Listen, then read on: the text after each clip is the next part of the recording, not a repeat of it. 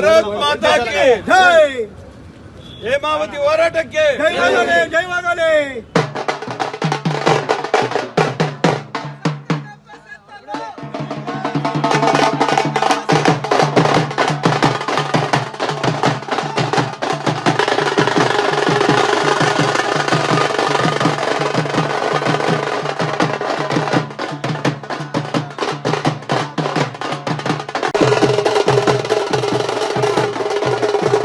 ಈ ಒಂದು ಅಣುಕು ಶವಯಾತ್ರೆಯನ್ನು ತಗೊಂಡೋಗಿ ಅಲ್ಲೇ ಇದನ್ನು ಮಣ್ಣು ಮಾಡ್ತೀವಿ.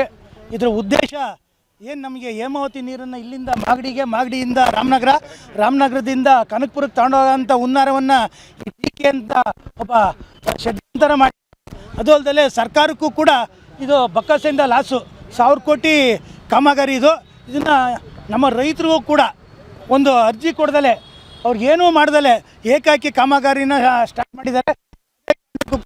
ಈ ಕಾಮಗಾರಿ ನಿಲ್ಲಿಸಬೇಕು. ಇದ್ರ ಜೊತೆಯಲ್ಲಿ ನಮಗೇನು 24 TMC ಕೊಡ್ತಾ ಇದೆ. ಆ 24 TMCನಲ್ಲಿ ನಮಗೀಗ ಬರ್ತಾ ಇರೋದೇನೇ 18ರಿಂದ 17 TMC ನೀರು.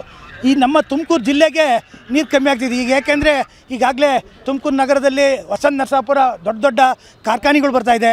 ಈಗ ಬೆಂಗಳೂರು ಹತ್ತಿರ ಇರೋದ್ರಿಂದ 65 ಕಿಲೋಮೀಟ್ರಿಂದ ಭಾಳಷ್ಟು ಇಲ್ಲಿ ನಗರ ಬಡಾವಣೆ ಬೆಳೀತಾ ಇದೆ. ಅದರಿಂದ ಯಾವುದೇ ಕಾರಣಕ್ಕೂ ಕೂಡ ಏನು ಇವರು ಹುನ್ನಾರವನ್ನು ಮಾಡ್ತಾರೆ, ಪೈಪ್ಲೈನಾಗೆ ನೀರು ತಗೊಂಡೋಗೋಂಥ ಹುನ್ನಾರ ಇದು ಆಗ್ಕೂಡ್ದು. ಇದೇನ ಕಾಮಗಾರಿ ಇವತ್ತೇನ ಪ್ರತಿಭಟನೆಯಲ್ಲೇ ನಿಲ್ಲಿಸ್ತಿಲ್ಲ ಅಂದರೆ ಸರ್ಕಾರದವರು ಮುಂದೆ 20 ತಾರೀಕು ಒಳಗಡೆ ತುಮಕೂರು ಜಿಲ್ಲೆಯನ್ನು ನಾವು ಬಂದನ್ನು ಕರೆ ಕೊಡ್ತೀವಿ. ಯಾವುದೇ ಕಾರಣಕ್ಕೂ ಕೂಡ ಈ ಕಾಮಗಾರಿ ನಿಲ್ಲಿಸ್ಕೂಡ್ದು. ಯಾಕೆಂದರೆ ಈ ತಕ್ಷಣದಲ್ಲಿ ನಿಲ್ಲಿಸಬೇಕು. ನಮ್ಮ ರೈತರಿಗೆ ಏನು ಅನ್ಯಾಯ ಆಗ್ತಾಯಿದೆ ಆ ಅನ್ಯಾಯನ ಸರಿಪಡಿಸ್ಬೇಕು. ಇದ್ರ ಜೊತೆಯಲ್ಲಿ ನಮ್ಮ ಏನು ಜಿಲ್ಲಾ ಉಸ್ತುವಾರಿ ಮಂತ್ರಿ ಪಂಚಾಯತ್ನಲ್ಲಿ ಅವಾಗಲೇ ಇದ್ರ ಸಭೆ ನಡೆದು ಅವ್ರು ಅವಲ್ಲೇ ನಿರ್ಣಯ ತಗೊಂಡಿದ್ದಾರೆ. ಯಾವುದೇ ಕಾರಣಕ್ಕೂ ಕಾನೂನು ಬಹಿರ ಇದು ಅಂತೇಳಿ ಇಲ್ಲಿ ನಮ್ಮ KN ರಾಜಣ್ಣವ್ರು ಇರ್ಬೋದು, ಎಲ್ಲ ಶಾಸಕರು ಇರ್ಬೋದು, ಎಲ್ಲರೂ ಕೂಡ ಈ ನೀರನ್ನು ವಿರೋಧವಾಗಿಯೇ ಇದ್ದಾರೆ. ಅದರಿಂದ ಸರ್ಕಾರನೂ ಕೂಡ ಇದನ್ನು ತಕ್ಷಣದಲ್ಲಿ ಮಧ್ಯಸ್ಥಿಕೆ ವಹಿಸಿ ನಿಲ್ಲಿಸಬೇಕು ಅಂತೇಳಿ ನಾನು ಒತ್ತಾಯ ಮಾಡ್ತೀನಿ.